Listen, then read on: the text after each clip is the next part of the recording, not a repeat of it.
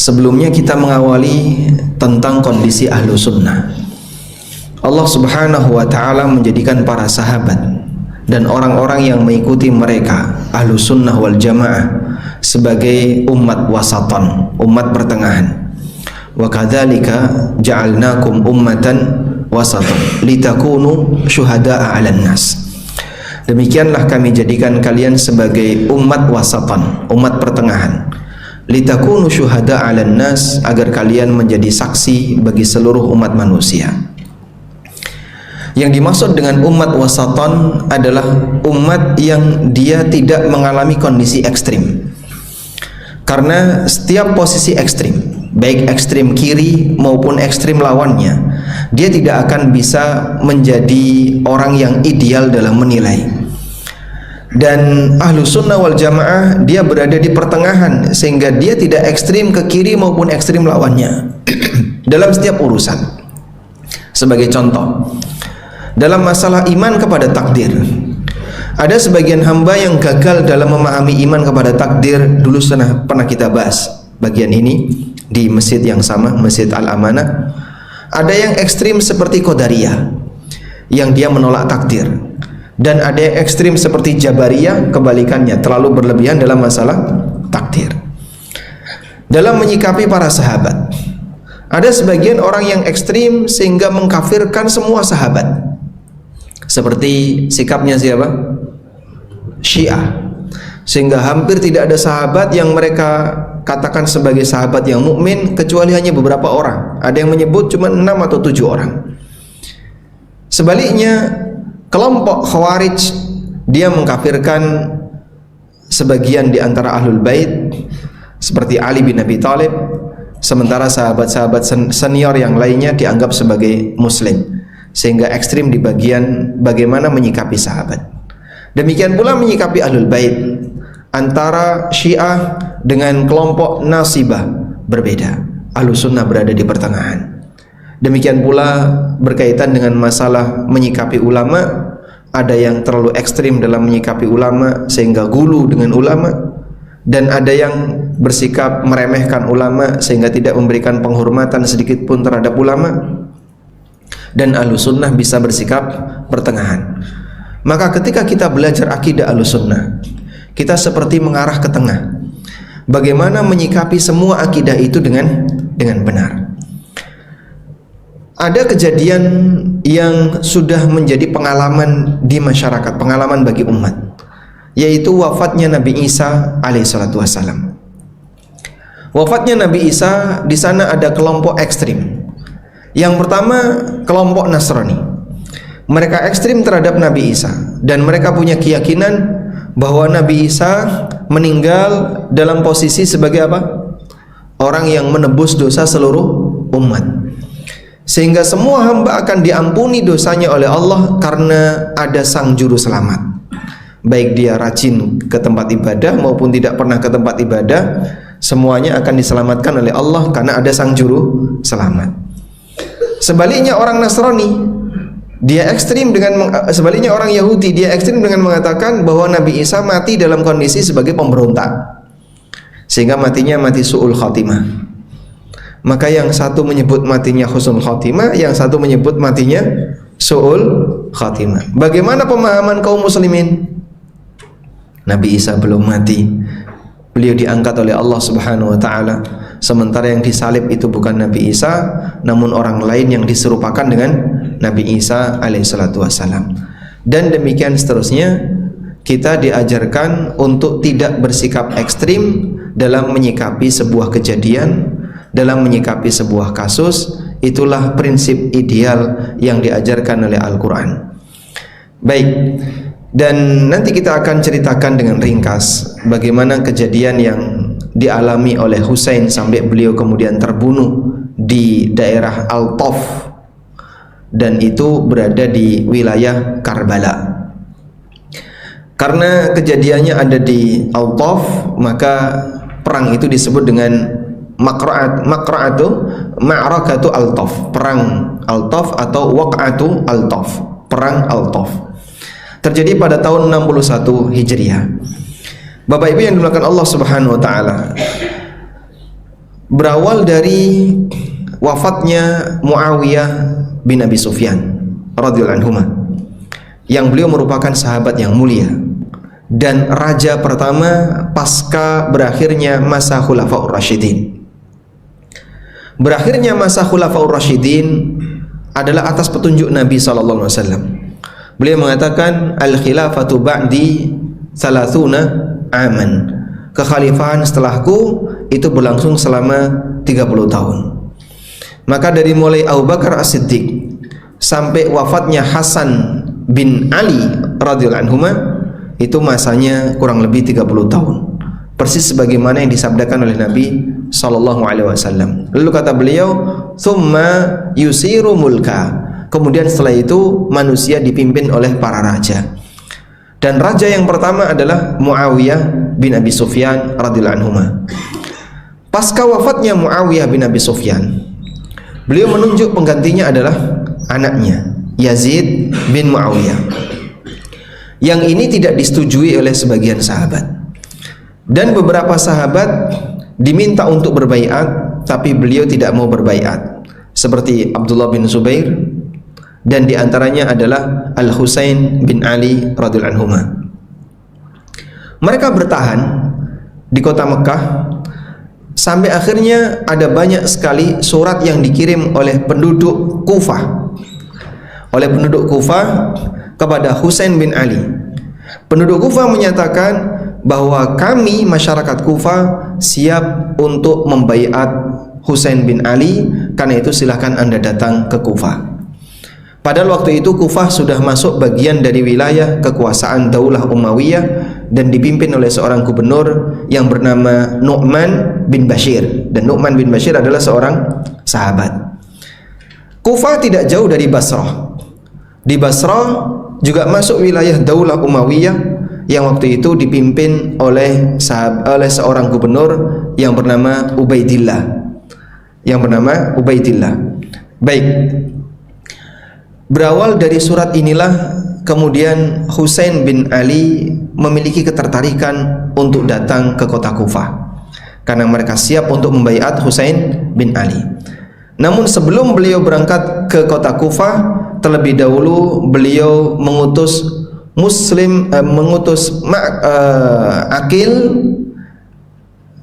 Akil untuk kemudian datang ke kota Kufah. Baik, saya bacakan terlebih dahulu keterangan yang disampaikan di kitab Hukbah Minat Ta'rikh.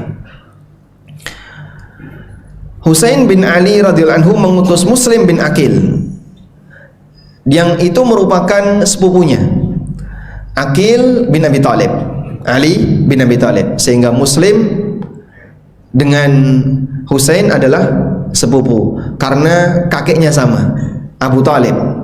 Akil dengan Ali adalah saudara. Muslim bin Akil, Husain bin Ali bin, dua-duanya bin Abi Thalib. Beliau mengutus Muslim bin Akil, datanglah ke Kufah untuk ngecek benar nggak kalau masyarakat Kufah punya ketertarikan untuk membaiat saya, Husain bin Ali. Akhirnya berangkatlah Muslim bin Akil ke kota Kufah. Sampai di sana dia mencari informasi bagaimana kondisi masyarakat Kufah. Ketemulah dengan beberapa masyarakat Kufah. Lalu Muslim bin Akil meminta di mana saya harus memposisikan diri sebagai tempat untuk pembaiatan. Akhirnya diterima di rumahnya Hani bin Urwah. Baik. Akhirnya masyarakat di Kufah, mereka sering mondar-mandir datang ke rumahnya Hani bin Urwah untuk mengumpulkan masa dan menyusun strategi bagaimana agar nanti bisa terbentuk kerajaan yang dipimpin oleh Husain bin Ali. Informasi itu sampai kepada Yazid bin Muawiyah. Sementara Nu'man bin Bashir yang waktu itu jadi gubernur Kufah tidak mengambil tindakan apapun. Hingga akhirnya Yazid bin Muawiyah meminta gubernur Basrah, siapa tadi namanya? Ubaidillah.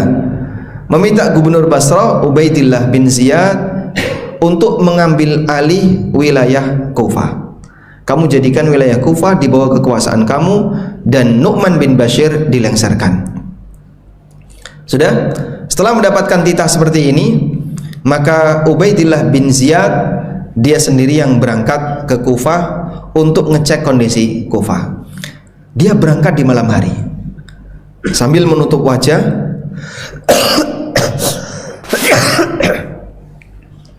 Kemudian datang ke Kufah dalam rangka untuk melihat kondisi Kufah. Ketika dia datang ke kota Kufah, dia disangka Husain.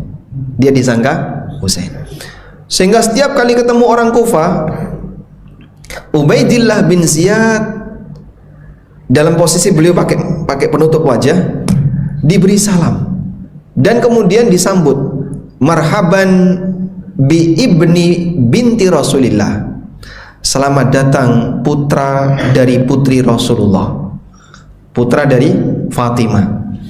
Setiap kali beliau ketemu orang disambut seperti itu, sampai akhirnya beliau merasa ini kondisi sudah serius. Banyak orang Kufah yang sudah menantikan kehadiran Husain bin Ali. Akhirnya dia kembali ke Basrah, ke istananya, dan kemudian menyusun strategi. Dia memetakan kondisi masyarakat Kufah. Setelah itu Ubaidillah bin Ziyad ingin melihat di manakah pusat dari gerakan ini. Akhirnya dia mengutus seorang pembantunya dengan membawa uang sebesar 3.000 dinar. Dia mengutus seorang pembantunya dan dengan membawa uang sebesar 3.000 dinar. Kamu datang ke kota Kufah, cari tahu di mana titik pergerakan ini. Akhirnya berangkatlah dia dan kemudian ketemu dengan masyarakat Kufah. Dia menyampaikan, saya siap untuk mendukung pembayatan Husain bin Ali dan saya membawa uang 3.000 dinar. Nah, itu diterima dengan sangat baik oleh masyarakat Kufah. Sampai pada posisi tunjukkan di mana pusat perjuangan ini. Akhirnya ditunjukkan dan dia diarahkan ke rumahnya Hani bin Urwah. Di rumahnya Hani bin Urwah itu dia menyatakan, kami siap untuk membaiat Husain bin Ali dan ini uang 3.000 dinar, silahkan dipakai untuk mendukung proses pembaiatan. Mereka senang. Akhirnya dia bisa menggali banyak hal dari perbincangan yang ada di pusat pergerakan ini. Dia ketemu dengan Hani bin Urwah, ketemu dengan Muslim bin Aqil dan beberapa orang yang merupakan inti dari pergerakan itu. Setelah dia mendapatkan informasi yang cukup, kemudian dia kembali kepada Ubaidillah bin Ziyad. Dari situlah kemudian Ubaidillah bin Ziyad pindah ke pusat kerajaan Kufah. Jadi ada kantor gubernur, dia pindah ke Kufah, di kantor gubernur Kufah. Lalu dia mengirim pasukan untuk menangkap Hani bin Urwah yang merupakan pemilik rumah yang dijadikan sebagai sentral pergerakan. Sesampainya dia berhasil menangkap Hani bin Urwah, akhirnya Hani bin Urwah dibawa ke tempat gubernur, terus dia diinterogasi. Dan pada waktu itu Muslim bin Aqil tidak ketangkap. Lalu Hani bin Urwah diinterogasi dan diminta untuk memberi informasi di mana Muslim bin Aqil berada. Sampai pada kondisi saat dia ditanya, dia mengatakan la adri, aku nggak tahu. Terus datanglah orang yang membawa uang 3.000 dinar tadi. Kamu kenal dengan ini? Iya, kenal. Lalu kata Hani bin Urwah, berarti kamu adalah orang yang telah melakukan makar dan menipu kami. Setelah itu dia mengakui bahwasanya dia telah menyembunyikan Muslim bin Aqil. Sampai pada akhirnya dia dipukuli dan dia mengatakan, andaikan Muslim bin Aqil ada di bawah kakiku, saya tidak akan pernah cerita. Kemudian berita penangkapan Hani bin Urwah ini terdengar Muslim bin Aqil, sampai kepada Muslim bin Aqil bahwa kelompok kita ada yang ditangkap oleh Ubaidillah bin Ziyad dan dia disiksa oleh Ubaidillah bin Ziyad, maka kita harus membebaskan dia. Akhirnya apa? Muslim bin Aqil membawa 4.000 orang untuk ngepung istananya Ubaidillah bin Ziyad. kantor gubernur yang ada di Kufah.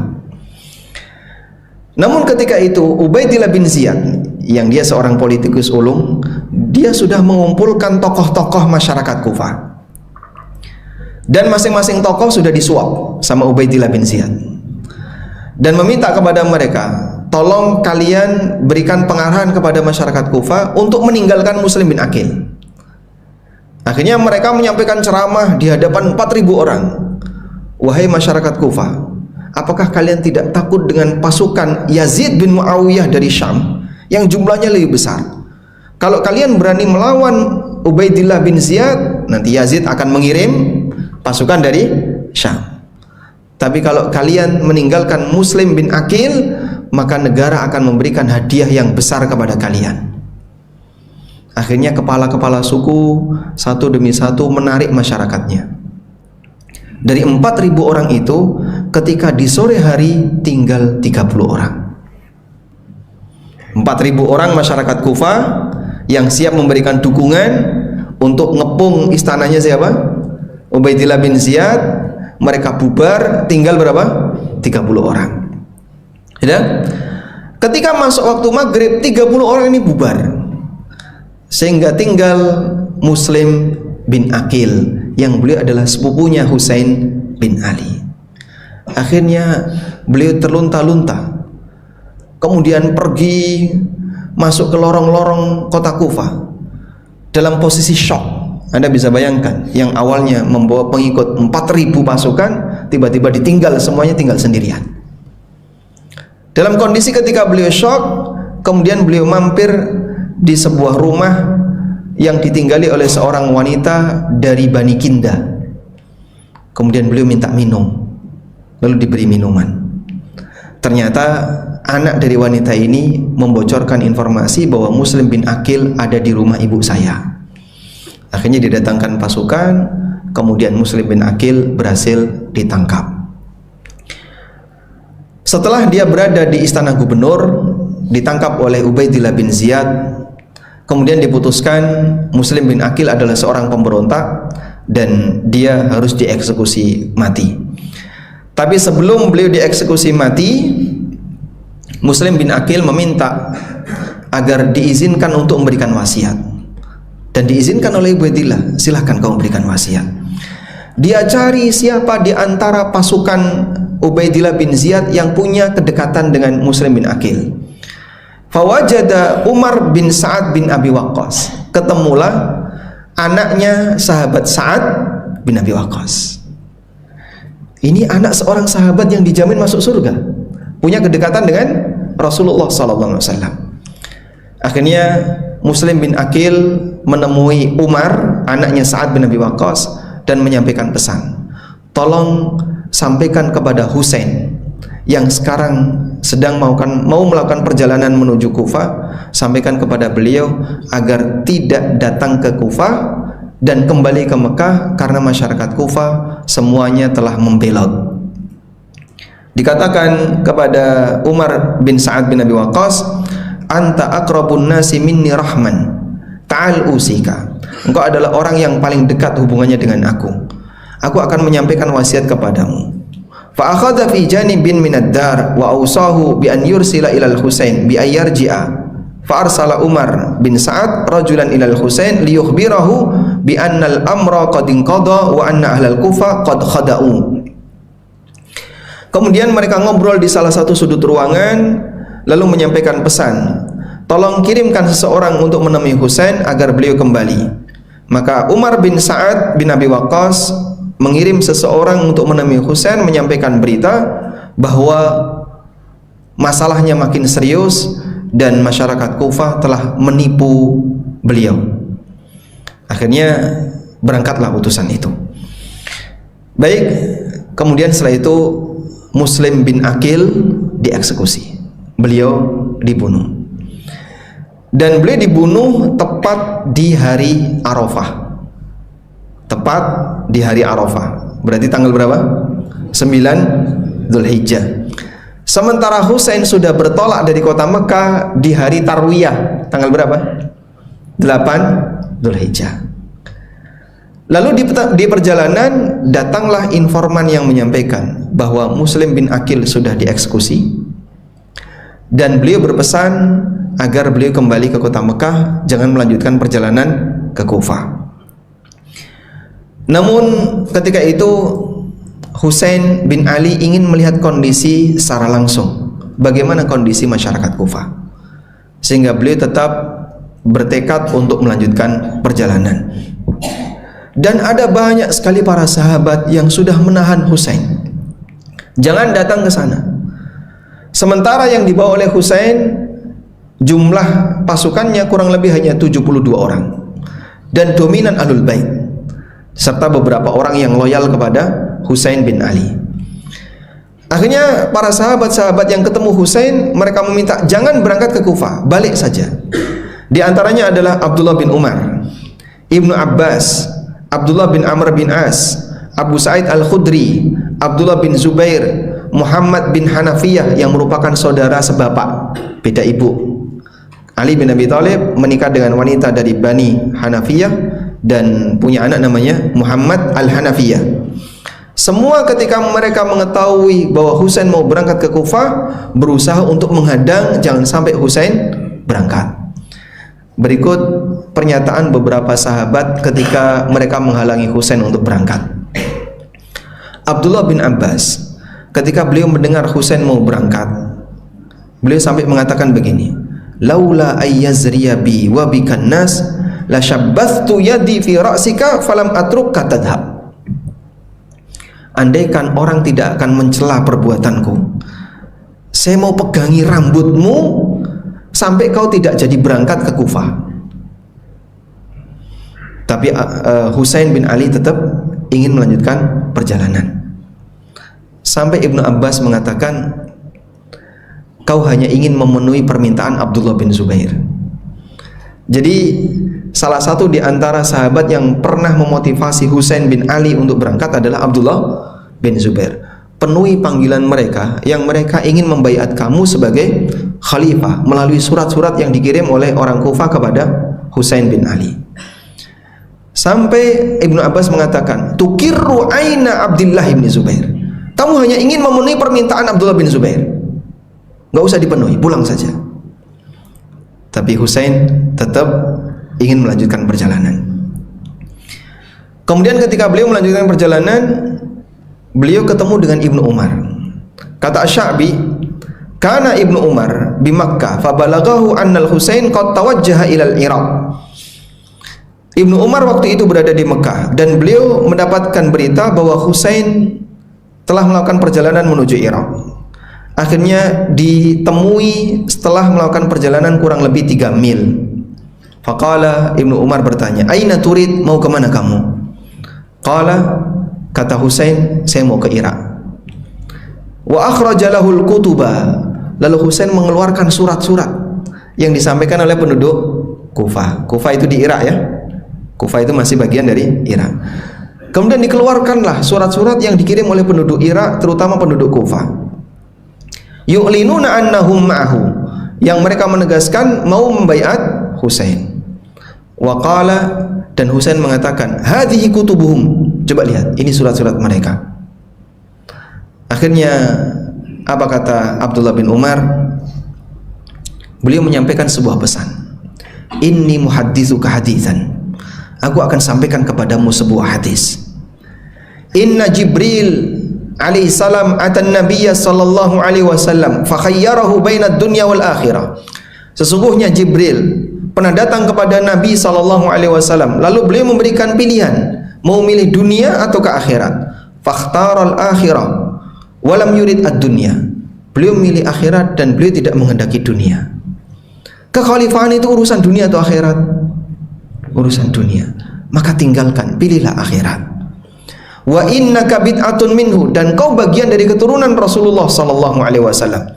Wallahi la yaliyaha ahadun minkum abadan wa ma sarafaha Allahu ankum illa lilladzi huwa khairul lakum.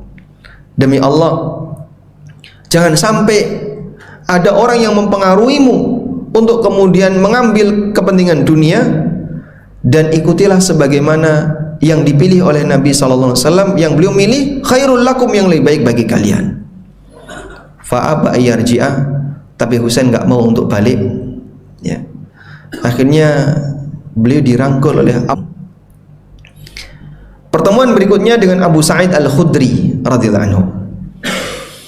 Pada waktu beliau ketemu Abu Sa'id Al-Khudri, Abu Sa'id menasihatkan, wahai Abu Abdillah, ini kunyahnya Husain, aku memberikan nasihat kepadamu. Wa inni alaikum musyfikun, dan aku sangat mencintaimu. Telah sampai kepadaku bahwa kelompok yang mengaku akan membelamu di kota Kufah mengajakmu untuk datang ke kota Kufah. Fala takhruj ilaihim, kau jangan datang ke sana. Fa inni sami'tu abaka yaqulu fil Kufah, aku pernah mendengar bapakmu, siapa? Ali. Dan waktu itu Ali berada di Kufah, karena pusat pemerintahan Ali bin Abi Thalib itu tidak di Madinah tapi di Kufah. 3 Khulafaur Rasyidin, Abu Bakar, Umar, Utsman, pusat pemerintahannya di Madinah. Pasca terbunuhnya Utsman, pusat pemerintahan dipindah ke Kufah. Kata Ali bin Abi Thalib, Abu Sa'id Al-Khudri mengatakan, aku mendengar bapakmu yaitu Ali bin Abi Thalib pernah mengatakan di Kufah, wallahi laqad malaltuhum wa abghadtuhum wa malluni wa abghaduni. Demi Allah, mereka itu bikin aku bosan, bikin aku gemes, dan membuat aku marah. Wa ma yakunu minhum wafa'un qat, mereka tidak bisa menepati janji sama sekali, tidak bisa menjaga komitmen. Wa man faza bihim faza bisahmil akhib, wallahi ma lahum niyatun wala azmun ala amrin wala sabrin ala sayfin. Demi Allah, mereka ini nggak bisa diajak untuk bersabar ketika menghadapi pedang, tidak punya tekad yang kuat ketika menghadapi prinsip. Itu pesannya Ali bin Abi Thalib memberikan komentar tentang apa? Penduduk Kufah. Tapi Masya Allah, Husain tetap melanjutkan perjalanan.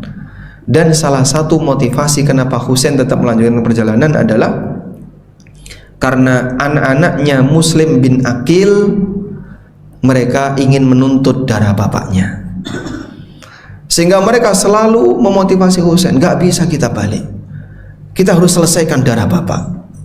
Anak-anaknya Muslim bin Aqil, dia ingin menuntut darah bapaknya yang dibunuh di mana? Di Kufah.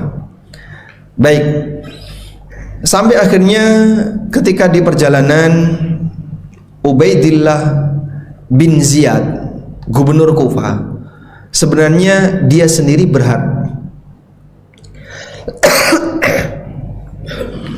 dia sendiri berharap agar pasukannya Husain ini balik dan tidak datang ke Kufah, karena dikhawatirkan akan terjadi pertumpahan darah yang besar ketika dia tetap datang ke Kufah.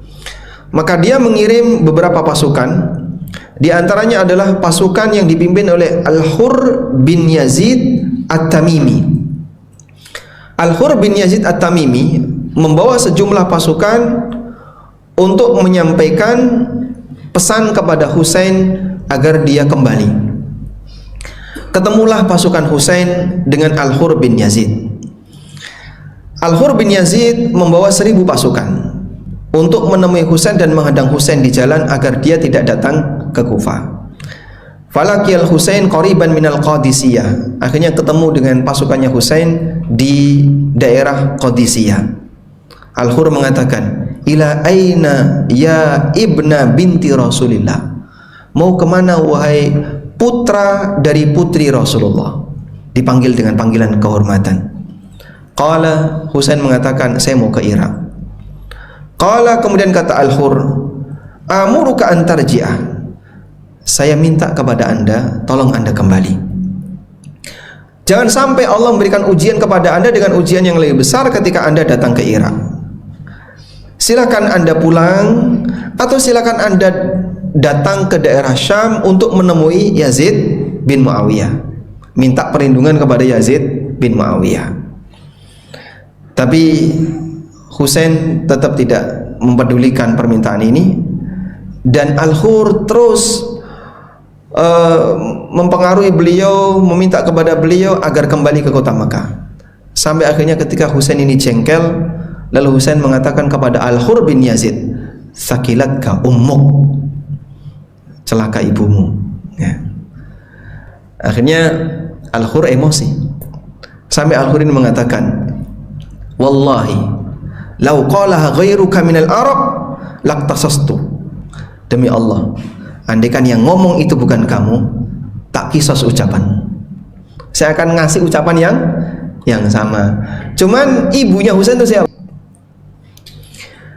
Nah, ketika Al-Husain ini tetap nekat untuk terus berangkat dan tidak mau untuk kemudian balik, hingga akhirnya Ubaidillah bin Ziyad mengirim pasukan yang dipimpin oleh Umar bin Sa'ad bin Abi Waqqas, yang tadi pernah ketemu dengan siapa? Muslim bin Aqil, mengirim pasukan yang dipimpin oleh Umar, anaknya Sa'ad bin Abi Waqqas. Pasukan Umar bin Sa'ad bin Abi Waqqas ini beliau membawa 4.000 orang.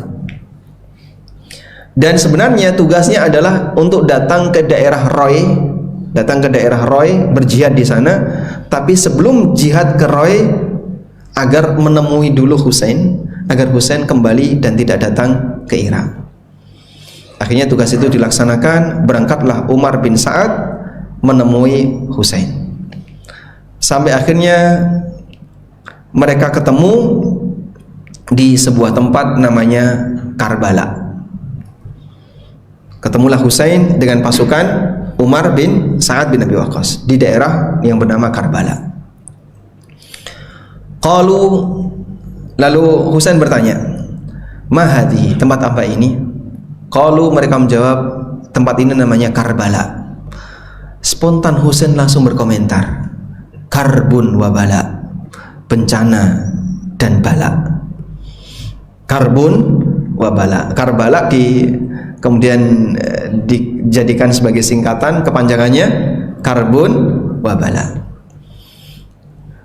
Lalu kemudian Umar menyampaikan kepada Husain dan meminta tolong agar Husain tidak datang ke Kufah, silakan kembali ke Mekah. Namun Husain tidak bersedia. Kemudian Husain menyampaikan kepada Umar bin Sa'ad, dalam posisi ketika Umar ini menjelaskan kepada Husain, kamu gak ada manfaatnya datang ke Kufah. Masyarakat Kufah seperti ini kondisinya. Mereka sudah tidak mau lagi untuk membela kamu, semuanya sudah ketakutan dengan pasukannya Ubaidillah bin Ziyad, dan mereka lebih milih untuk mendapatkan hadiah dari negara daripada membela perjuangan kamu. Sehingga daripada nanti banyak terjadi pertumpahan darah, sebaiknya kamu pulang. Setelah mendapatkan pengarahan yang panjang dari Umar bin Sa'ad bin Abi Waqqas, akhirnya Husain luluh. Kemudian beliau putuskan, ya sudah, kalau begitu saya akan kembali. Dan waktu itu beliau minta untuk diberi 3 pilihan. Husain mengatakan kepada Umar bin Sa'ad bin Abi Waqqas, "Inni ukhayyiruka baina thalatha." Aku minta 3 pilihan. Kemudian beliau sebutkan, apa saja itu? 1, tolong biarkan saya untuk kembali, karena ini sudah mencapai tepi daerah Irak, sudah masuk wilayah daerah Irak. Tolong biarkan aku untuk kembali. Pilihan yang kedua, biarkan saya untuk pergi ke daerah perbatasan kaum muslimin agar saya bisa berjihad di sana. Atau yang ketiga, biarkan saya untuk pergi ke Syam menemui Yazid bin Muawiyah dan membaiat Yazid. Baik, 3 pilihan ini sudah sangat bagus ya. Tapi Umar tidak bisa memutuskan.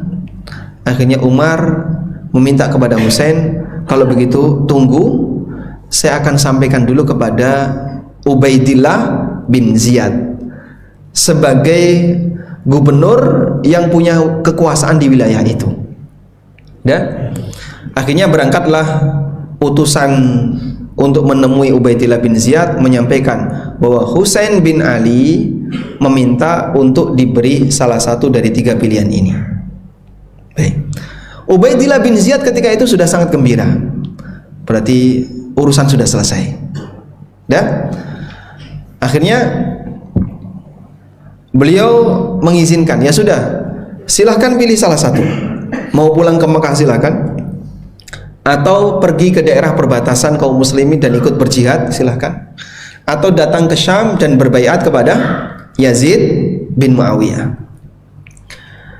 Namun ketika Ubaidillah bin Ziyad memutuskan ini, tiba-tiba ada orang yang memanasi Ubaidillah. Namanya Syamr bin Dil Jaushan. Syamr bin Dil Jaushan. Dia inilah yang nanti akan membunuh Husain. Syamr bin Dil Jaushan yang dia punya kedekatan dengan Ubaidillah bin Ziyad. Kemudian dia menghasut Ubaidillah.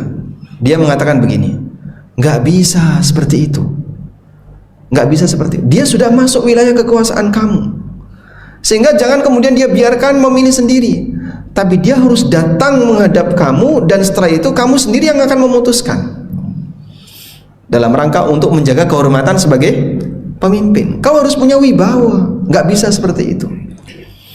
Nah, kemudian Ubaidillah terpengaruh, oh iya benar ya, baik, kalau begitu silakan minta dia untuk datang ke sini hatta tanzila ala hukmi, sampai kemudian nanti akan aku putuskan apakah dia mau pulang ke Mekah, ataukah dia ke Syam, ataukah ke daerah perbatasan. Nanti mengikuti keputusan Ubaidillah bin Ziyad. Karena dipengaruhi oleh siapa? Syamr bin Dzil Jaushan.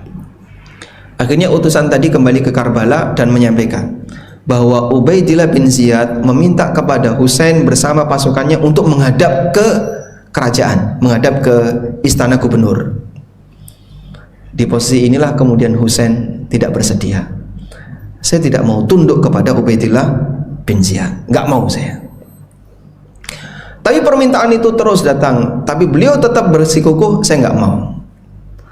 Sampai akhirnya terjadilah ketegangan antara dua pasukan, pasukannya Husain bin Ali dengan pasukan yang dibawa oleh Umar bin Sa'ad bin Abi Waqqas. Dilema bagi Umar dan dilema bagi pasukan yang lain. Hingga kemudian Husain bin Ali yang waktu itu memandang ini nggak mungkin 72 melawan 5.000 orang. 4.000 pasukan dibawa kepemimpinan Umar bin Sa'ad bin Abi Waqqas, 1.000 dibawa kepemimpinan Al-Hur bin Ziyad tadi, At-Tamimi. Al-Hur yang membawa pasukan 1.000 yang sebelumnya menghadang tadi ikut bergabung. Kemudian Husain berceramah di depan mereka. Husain mengatakan, raji'u anfusakum wahasibuha hal yasluhu lakum qitalu mithli.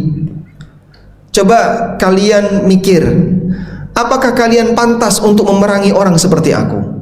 Wa ana ibnu binti nabiyikum sallallahu alaihi wasallam, dan aku adalah putra dari putri nabi kalian.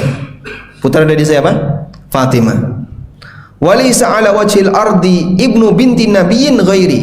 Sementara di muka bumi ini sudah tidak ada lagi putra dari putri Rasulullah SAW selain aku, karena Hasan sudah meninggal, tinggal Husain. Dan Fatimah cuma punya 2 anak ini, Hasan dan Husain. Hasan sudah meninggal, tinggal Husain. Wa qad qala Rasulullah sallallahu alaihi wasallam li wa li akhi.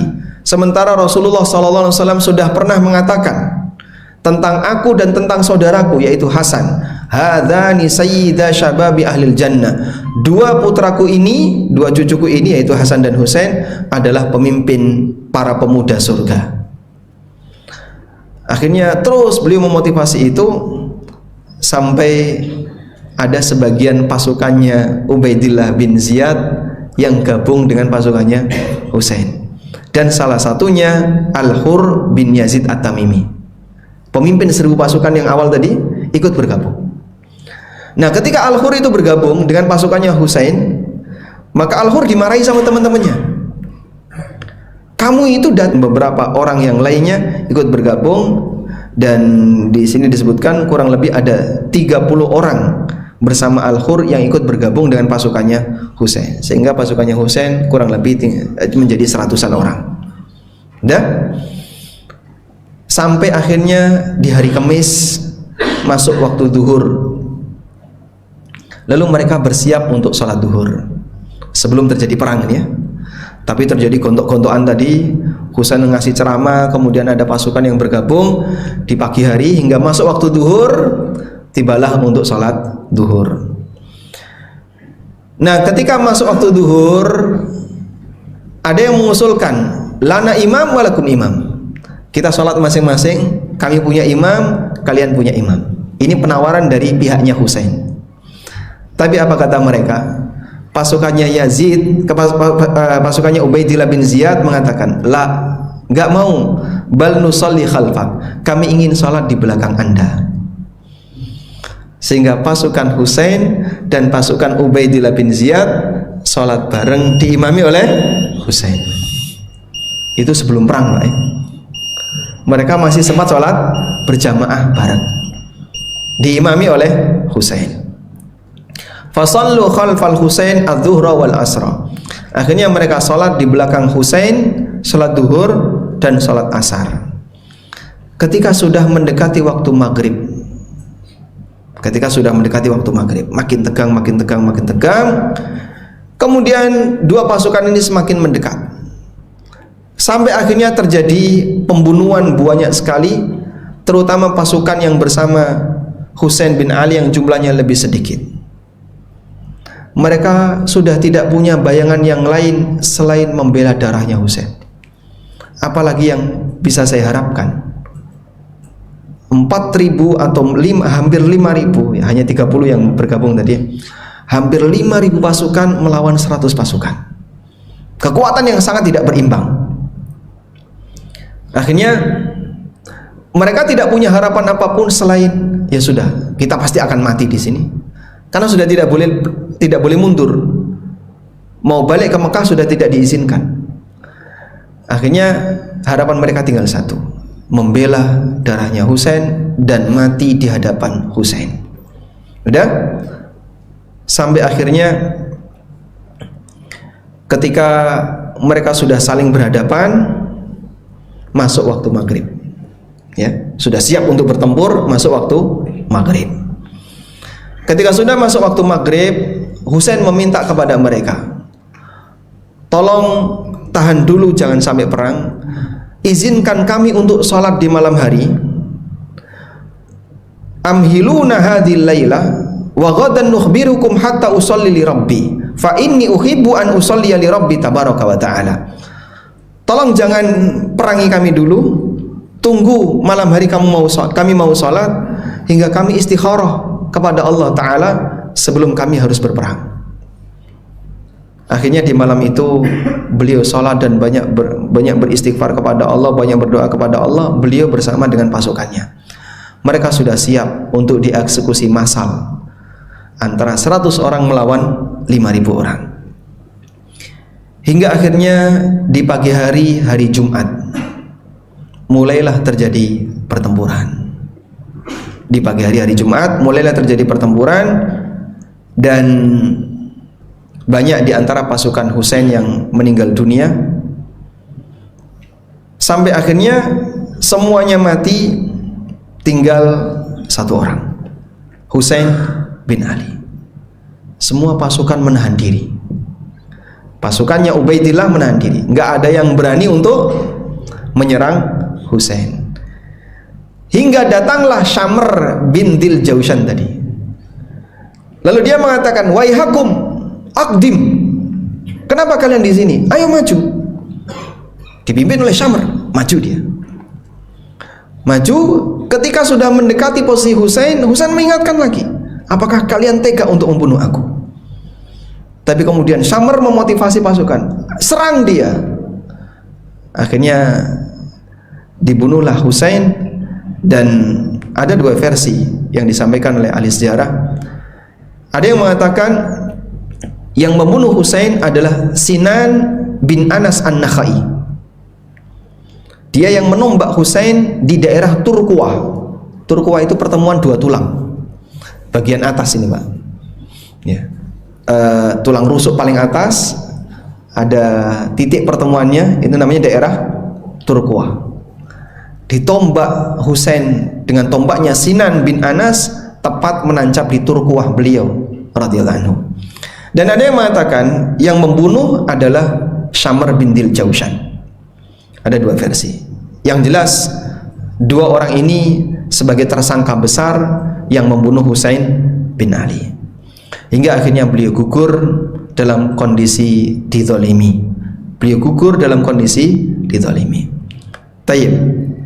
Ini kurang lebih cerita singkat mengenai kematian dan wafatnya Al-Husain bin Ali. Selanjutnya saya sampaikan satu penjelasan yang disampaikan oleh Syekhul Islam Ibnu Taimiyah. Tadi sejarah, yang ini analisis sejarah. Seperti yang tadi kita sampaikan dalam muqaddimah, terkadang orang dalam memandang sesuatu mereka ekstrim. Ada ekstrim kiri dan ada ekstrim sebaliknya. Maka sikap yang tepat adalah sikap Ahlus Sunnah, memandang sesuatu dengan cara yang adil.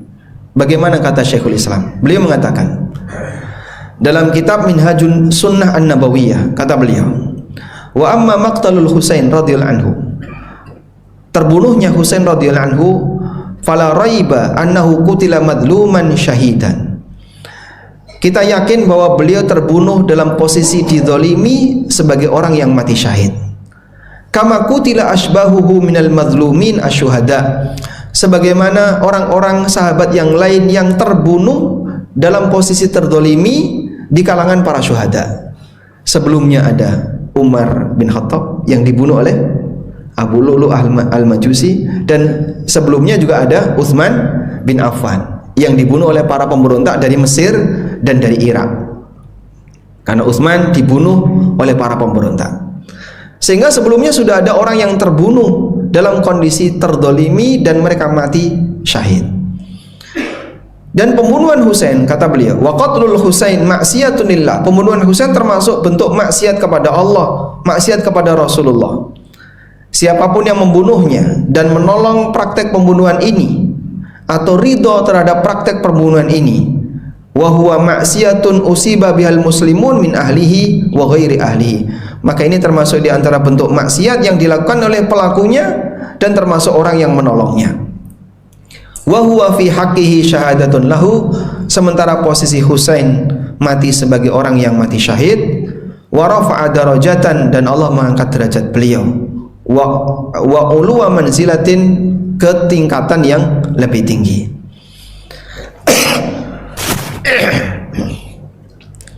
Fa innahu akha, karena Husain dan saudaranya yaitu Hasan, sabaqat lahum minallahi sa'ada, Allah tetapkan mereka akan mendapatkan kebahagiaan, allati la tunalu illa binau'in minal bala, di mana balasan kebahagiaan itu tidak akan didapatkan kecuali setelah mereka mendapatkan al-bala, mereka mendapatkan ujian. Jadi Syekhul Islam menjelaskan hikmahnya. Lalu apa hikmahnya Husain sampai mati terbunuh seperti itu? Kata beliau, Husain dan Hasan sama-sama dibunuh. Husain dibunuh dalam peristiwa Karbala dan Hasan dibunuh dengan cara diracun. Beliau meninggal dalam kondisi diracun. Allah telah tetapkan mereka akan mendapatkan kedudukan yang tinggi di surga. Dan untuk bisa mendapatkan kedudukan yang tinggi itu harus melalui proses diuji dulu, mendapatkan al-bala. Walam yakun lahuma minas sawabiq ma li ahli baitihima, sementara mereka itu terlahir dalam kondisi ketika kaum muslimin sudah berada di atas kemenangan. Mereka terlahir dalam kondisi ketika kaum muslimin sudah berada di atas kemenangan. Maka mereka tidak mengalami ujian sebagaimana yang dialami oleh ahlul bait pendahulu yang dulu pernah mengalami siksaan yang besar dari orang-orang kafir.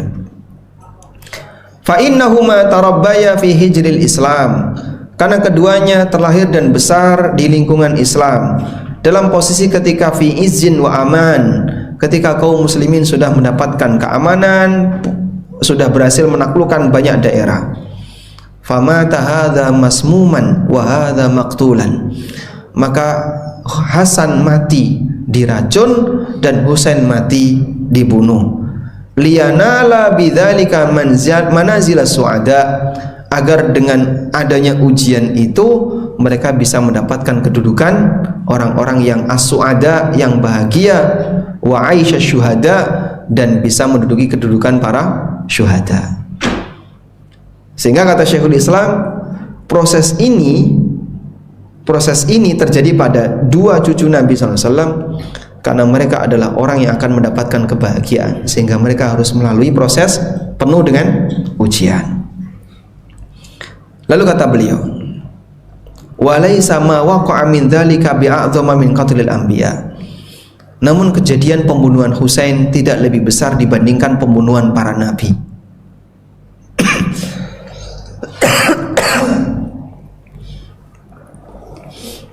Kejadian pembunuhan Husain tidak lebih besar daripada kejadian pembunuhan para nabi. Karena Allah Ta'ala telah menyebutkan bahwa Bani Israel mereka membunuh para nabi bighairi haqqin, tanpa alasan yang benar. Dan membunuh nabi lebih besar dosanya dan lebih besar musibahnya bagi kaum muslimin. Demikian pula pembunuhan terhadap Ali lebih besar dosanya dan maksiatnya lebih besar. Demikian pula pembunuhan terhadap Utsman dan juga pembunuhan terhadap Umar. Idza kana kadzalik fal wajib indal masaib as-sabru wal istirja. Maka bagi kita kaum muslimin, ketika mendapatkan informasi pembunuhan-pembunuhan itu, ini kita jadikan sebagai musibah bersama, dan kewajiban kita dalam menghadapi musibah adalah sabar dan istirja, mengembalikan kepada Allah. Innalillahi dengan senjata karena merasa menyesal kenapa tidak bisa hadir dalam peristiwa pembunuhan Husain. Seharusnya mereka lebih menyesal dengan pembunuhan para nabi. Kenapa mereka tidak melakukan itu terhadap pembunuhan para nabi? Padahal pembunuhan para nabi tingkatannya lebih besar daripada pembunuhan Husain. Mereka kenapa tidak melakukan hal yang sama terhadap kasus pembunuhan Ali bin Abi Thalib? Kenapa mereka tidak melakukan hal yang sama terhadap kasus pembunuhan Utsman atau Umar? Sementara para nabi lebih tinggi, di bawahnya ada Umar, di bawahnya lagi ada Utsman, di bawahnya lagi ada Ali, baru pembunuhan Husain. Semua ini musibah, dan tingkatan musibah ini berbeda. Baik. Dan boleh nggak Pak kita sedih dengan kematian Husain? Jawabannya boleh. Al-Hafidz Ibnu Katsir dalam Al-Bidayah wan Nihayah mengatakan, fakullu muslimin yanbaghi lahu ayyuhzinahu hadzal ladzi waqa'a min qatlihi radhiyallahu anhu. Setiap muslim layak untuk sedih terhadap peristiwa pembunuhan Husain radhiyallahu anhu. Fa innahu min sadatil muslimin wa ulama'is sahabah. Karena Husain termasuk pemimpin kaum muslimin dan ulama sahabat. Wa ibnu binti Rasulillah sallallahu alaihi wasallam, dan putra dari putri Rasulullah sallallahu alaihi wasallam, allati hiya afdalu banatihi, yang merupakan putri terbaik beliau sallallahu alaihi wasallam. Sehingga kita layak sedih dengan kematian Husain, karena Husain punya banyak kelebihan. Kelebihan dari sisi nasab, kedekatan dengan Rasulullah SAW. Di samping itu adalah kelebihan ilmu, karena Husain seorang ulama di kalangan sahabat. Selain itu, Husain punya beberapa sifat yang mulia. Waqad kana 'abidan syuja'an sakhiyan, dan beliau adalah seorang ahli ibadah. Beliau seorang pemberani, dan beliau orang yang dermawan. Dengan semua sifat-sifat baik ini, maka kita layak sedih dengan wafatnya Husain. Namun tidak boleh bersikap berlebihan sebagaimana praktek Syiah. Wallahu a'lam. Baik, demikian yang bisa kita sampaikan dengan waktu yang singkat, cerita yang singkat terkait wafatnya Husain, dan juga beberapa sikap yang tepat yang disampaikan oleh para ulama dalam memandang wafatnya Husain radhiyallahu anhu wa arda. Walhamdulillahirabbil alamin. Selanjutnya kita kembalikan kepada jamaah. Kita sampai 6:30 insyaallah. Barangkali ada yang mau disampaikan, kami persilakan.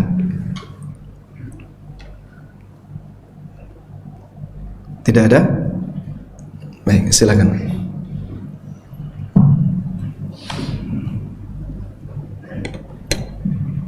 Assalamualaikum warahmatullahi wabarakatuh. Ustaz, saya Assalamualaikum. memahami ya tadi alasan terbesar Husain tidak mau membaiat itu sehingga tetap harus ke Iran itu apa yang ketika itu terjadi kejadian tersebut gitu. Saya kok namanya dua sisi ini sama-sama muslim yang baik atau gimana sih? Ustaz, atau saya salah nangkepnya gitu gitu. Husain tidak mau apa tadi? Membayat Membayar saya Ubaidillah. ya. Hingga harus tetap ya udah kan udah silakan untuk kembali gitu, tapi tetap mau ke Irak gitu. Baik. Jadi, terima kasih. Assalamualaikum warahmatullahi wabarakatuh. Waalaikumsalam warahmatullahi wabarakatuh. Nah, jadi ulama berbeda pendapat dalam menilai sikap Husain. Namun mereka sepakat bahwa itu ijtihad. Dan seorang ulama berhak untuk beristihad. Husain seorang ulama. Oleh 30 pasukan berkuda semuanya memakai tutup kepala. Muqanna'in, semuanya pakai tutup kepala. Dan 30 pasukan berkuda yang mengantarkan Aisyah, gak ada satupun yang nyentuh Aisyah. Sehingga cuma menggiring kendaraannya Aisyah untuk sampai di kota Madinah, dikembalikan ke rumahnya Aisyah radhiyallahu anha. Ada yang menyebutkan 30 pasukan berkuda yang pakai tutup kepala tadi, yang pakai tutup wajah, semuanya wanita. Kepada Aisyah pasca peristiwa perang itu mengembalikan Aisyah ke rumahnya. Demikian pula terjadi ketegangan antara Ali dengan Muawiyah, antara posisi Ali dengan sahabat Amr bin As dan beberapa sahabat yang lainnya. Sikap yang tepat bagaimana, Pak? Kalau misalnya seperti ini, Anda sebagai anak yang berbakti kepada kedua orang tua, lalu Anda menyaksikan bapak ibu berantem. Anak yang berada di dalam, dia pasti tahu siapa dari dua orang ini yang lebih benar, bapaknya ataukah ibunya. Tapi karena kita sebagai anak yang berbakti, sikap anak ini gimana? Sikap anak ini gimana? Dia akan lebih memilih diam. Sehingga ketika dia ditanya sama pamannya, ditanya sama bibinya, gimana bapak ibumu gimana, dia nggak berani komentar.